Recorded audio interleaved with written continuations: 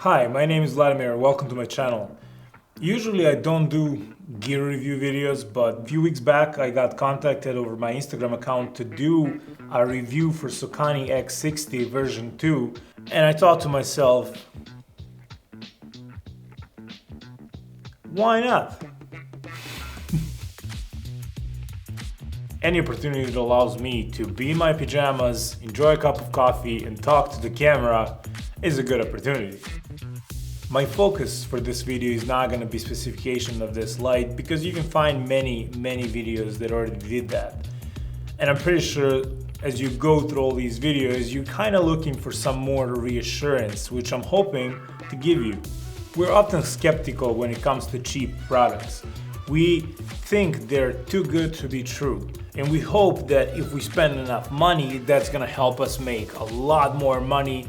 That's all we need. The gear is the only solution. But in my experience, your own limitation is your imagination. That's all you need to do this job. Of course, gear is here to help us. And that brings us to this guy. So let's get to it. When I first received this, I was honestly surprised how small it is. And I was even more surprised how sturdy it is. I did not expect it to feel this high quality considering the price.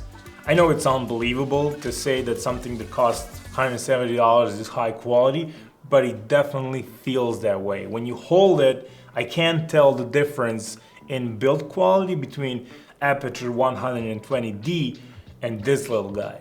I'm not a guy who cares about things too much, so my equipment is dropped very often. I drop my lights, I drop my cameras, I drop everything. Usually by things that are not gonna break if I drop them because I don't try not to drop them. So with that being said, I would not be afraid to drop this guy. If this fell during a shoot, I would not be worried about it at all, honestly. Surprisingly good. The second thing is power. How bright is it? Right now I'm being lit with Aperture 120D from this side. In the next shot I'm going to replace Aperture with Sokani and we'll see the difference. So what is the difference? It's noticeable, but so is the price. I didn't want to move the lights because I wanted you to have a better idea of what is the difference in power output. But there is enough room here to get this light closer to my face and light me even better. This time I got it close enough so you can even see it in the original shot, but the difference on my skin is clearly visible as well. When it comes to color accuracy, I really don't think you need to worry about it. This light is pretty accurate. If you really put it to a test, you will be able to see the difference between, for example, 120D and Sokani X60. But on a regular daily use, that's not something you will need to worry about at all. It's not gonna ruin your project and it's not gonna hold you back. Another good thing about this light is it comes with a pretty sturdy reflector, which is a pretty good replica of Aperture's reflector. And even though this is not something that you would do on a regular shoot, I'm just going to replace this softbox with this reflector so you can see the comparison how brighter the light is going to become. Of course, this light is too harsh for an interview setting, but it gives you an idea of how brighter it becomes when you put a reflector on it. This light comes with a remote that allows you to switch between effects. But what I really found useful is that it comes with a display that shows you the percentage of your power output on it, and you have buttons to change power output. It comes with an on and off button, but that is just a button to turn on and off the remote, not really the light. Not sure why they set it up that way.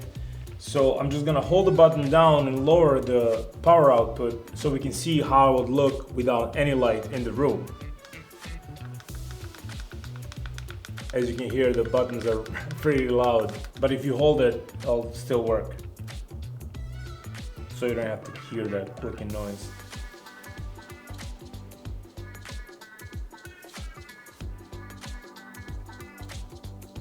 There we have it. This is 1%, which is pretty much off. This light comes with this padded bag that I believe is really neat considering how affordable this light actually is. And this bag is pretty sturdy. I would not be worried about my light bumping into anything when I'm transporting it to the shoot or back. There was two things people were complaining about online. First being how loud the fan is, but I think that was the problem with the previous version. This upgraded version, in my experience, has no issues with how loud the fan is. Honestly, the difference between fans of Aperture and Sokani is negligible in this case. That almost went down. Did you see that? Wow, my girlfriend would have killed me for that. Another thing that people were complaining about is Bowen's mount. They said that it doesn't have that tight grip. It kind of wobbles around. I honestly think it's really sturdy. I'm using Godok's softbox and it fits like a glove. Maybe even better than Aperture, but that's not something I am too worried about. As long as it stays there and it feels safe and locked, I don't care if it wobbles or not. So, this is not your standard review video. I'm only here to tell you that yes, this can do the job. Yes, this can help you with your video production, and for the money you're spending on it, it's amazing. So keep shooting, be creative, and don't overthink equipment.